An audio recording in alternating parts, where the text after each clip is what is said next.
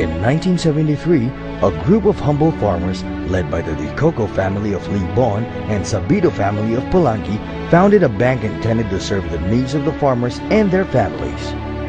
Libon, by its sheer size of farmland, is known as Albais Rice Granary. More than 4,000 hectares of land is devoted for palay farming.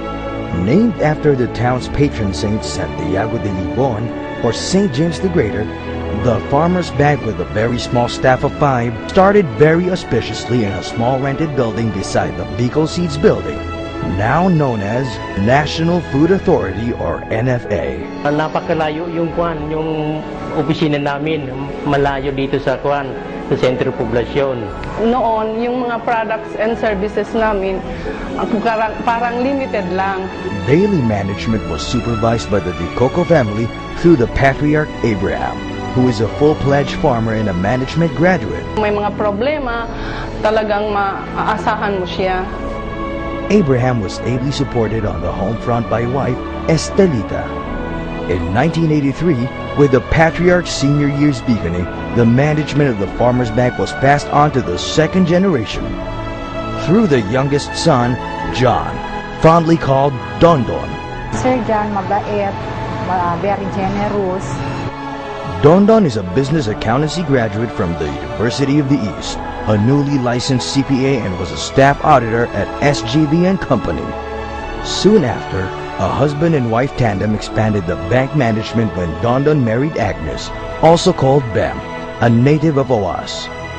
Bem is a business accountancy graduate from the University of the Philippines, a certified public accountant, and was Dondon's colleague at SGV in Makati. What did I learn from SGV? It was the discipline to work under pressure, long hours, and discipline to just finish and complete tasks.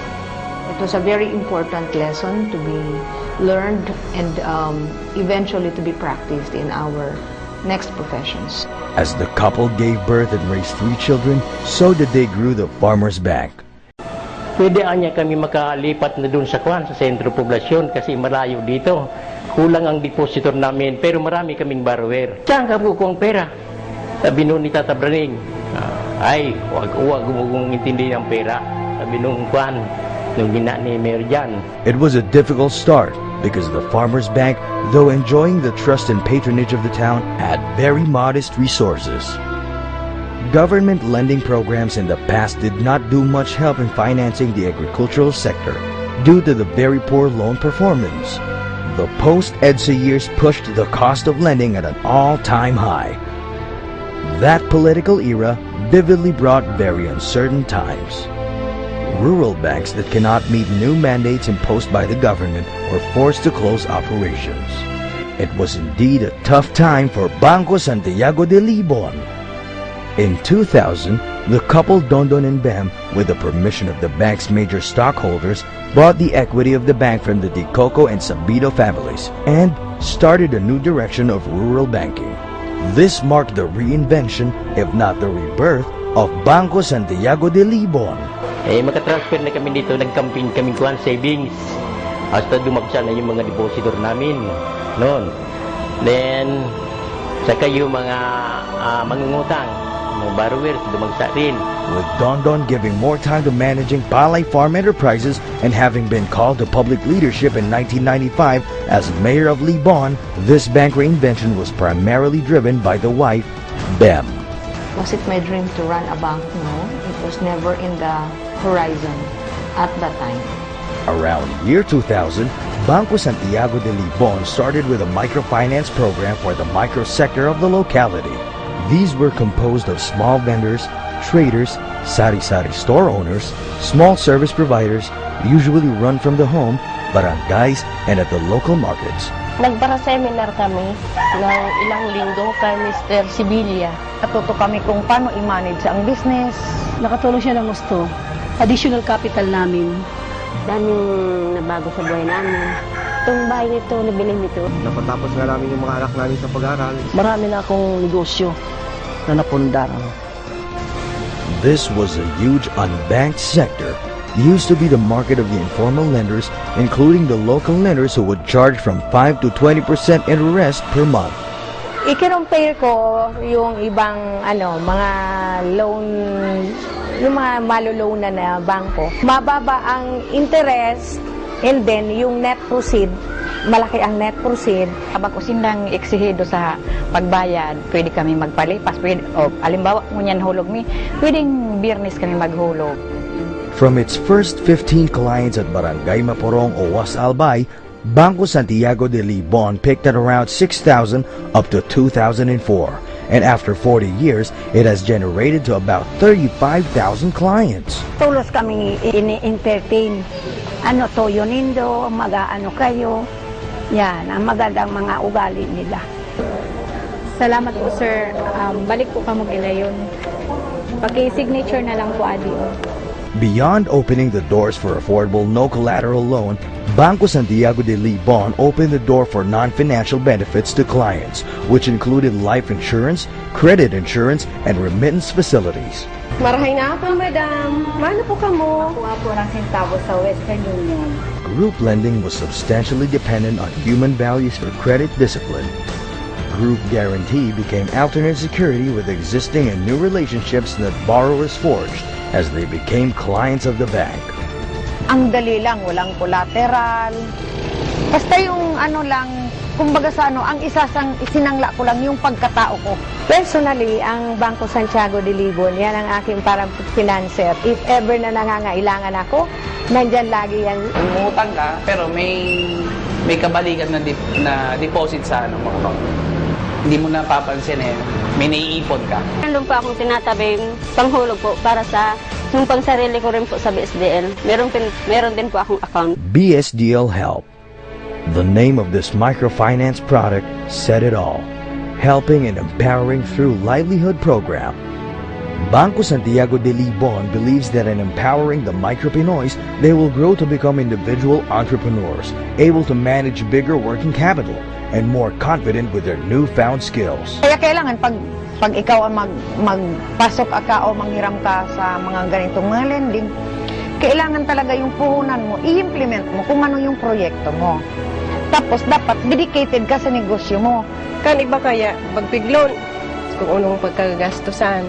Talaga dapat gamitin mo sa negosyo. Tayo naman pag isang negosyante, alam natin kung saan talaga ang magaan sa kanila. Kaya dyan ako tuloy-tuloy sa pag-ano ng Bangko de Libon. Bawat nire-renew namin sa Santiago, meron nang papupuntahan kung ano yung pangalawang hakbang na ipupundar namin dito sa tindahan. When you invest in people's livelihood, in people's economic occupation like being farmer, being fisherman, being a small vendor, being a small producer in the barangay, you put productivity into their hands. When people, without a bank, they could be idle. Even with government building roads, building structures, putting in programs, if people do not take it upon themselves to engage in productive endeavors, even with their education already, even with their learnings, still people will not have better lives. This program also ushered in the enablement of the women's sector. About 90% of Bangko Santiago de Libon clients were women. They are the mothers and wives of the communities, balancing the tough act of contributing to the family income. Dati po mayo pa akong tindahan na pagkainin. Nagtuturo-tinda lang dyan sa eskwelahan. Nakapag-pag-ibog ng pigiri, tapos nakapag-pag-ibog ng sari-sari store. Nagianan sa kuyang pangangaituanan, lalo na sa mag-eskwela kan mga akit ko. Napatapos ko yung 5 kong mga anak. Yung inuutang ko doon sa bangko, pang-enroll nila. Dahil sa Bangko Santiago, talagang napaganda ang buhay ng mga anak ko. Meron ng trabaho sila ngayon. Napaunlad ko yung negosyo ko, umunlad ang pamumuhay ko, kaya nagpapasalamat ako sa kanila. From Libon, Bangko Santiago de Libon expanded its reach to the clients of Awas, Pio Duran, Santo Domingo, Pulangi, and branches were launched in Albay, Bato, and Buhi and Camarines Sur. From farmers to the microsector to salaried employees, pensioners, OFW, barangay officials, Banco Santiago de Libon's clientele was a healthy mix and cross-section of the local economy. Hindi masyado nagpipila dyan. Unlike other banks, you have to get the number or sit upon arrival. It will take more than almost an hour, maybe.